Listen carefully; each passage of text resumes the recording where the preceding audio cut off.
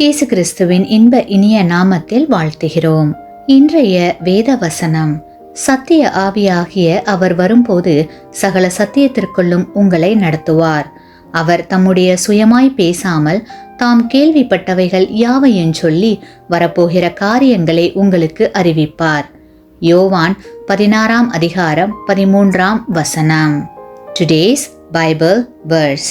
However, when He, the Spirit of truth, has come, He will guide you into all truth, for He will not speak on His own authority, but whatever He hears, He will speak, and He will tell you things to come.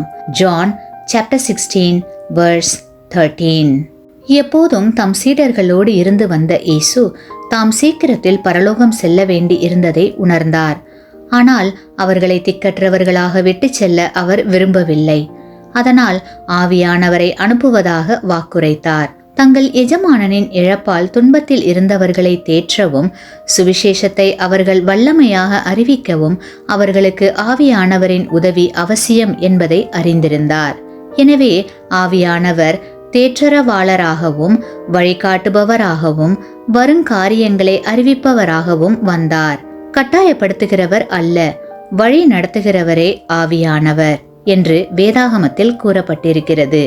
நம்முடைய அறிவு, புத்தி, ஞானம் என எதையும் ஆவியானவர் கட்டாயப்படுத்த முடியாது. மனிதர்களின் தேர்ந்தெடுக்கும் சுதந்திரத்தை மதிக்கிறார். அவர் உணர்த்துவார். செய்ய வேண்டியதை நாம் தான் தீர்மானிக்க வேண்டும். அந்த வழிகாட்டியிடமிருந்து கற்றுக்கொள்ளவும் உதவி பெறவும் அவருடைய உணர்த்துதலுக்கு செவிசாய்க்க வேண்டும்.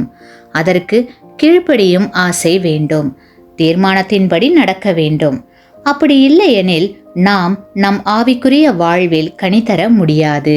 சீர்கேடான உணர்வுகளில் இருந்து ஒரு தெய்வீக செல்வாக்கு உங்களை படிப்படியாக விலக்கி வருவதை நீங்கள் உணர்கிறீர்களா?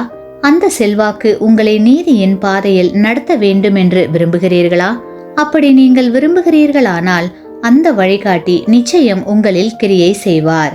அகந்தையை அகற்றி, ஆசையை அடக்கி, இச்சையை ஒழித்து, வீண் பேச்சை அடக்கி, உலக ஆசைகளையும் மாயைகளையும் வெறுக்க உதவி செய்வார். கிறிஸ்துவுக்குள் அன்பானவர்களே, ஆவியானவரின் தூண்டுதல்களுக்கு இவ்வாறு அடிபணிவதால் சந்தோஷமும் சமாதானமும் ஏற்படுகிறது. தேவகரத்தின் கிரியைகளுக்கு நம்மை கீழ்ப்படுத்துவதில்தான் நம் ஆவிக்குரிய பாதுகாப்பு அடங்கியிருக்கிறது. மனப்பூர்வமாக தேவ சித்தத்திற்கு கீழ்ப்படிய தீர்மானிப்பதே ஆவியானவரால் வழிநடத்தப்படுவதற்கு தேவையானதாகும். ஆமேன். நீங்கள் பெற்ற இந்த ஆசீர்வாதத்தை மற்றவர்களோடு பகிர்ந்து கொள்ளுங்கள்.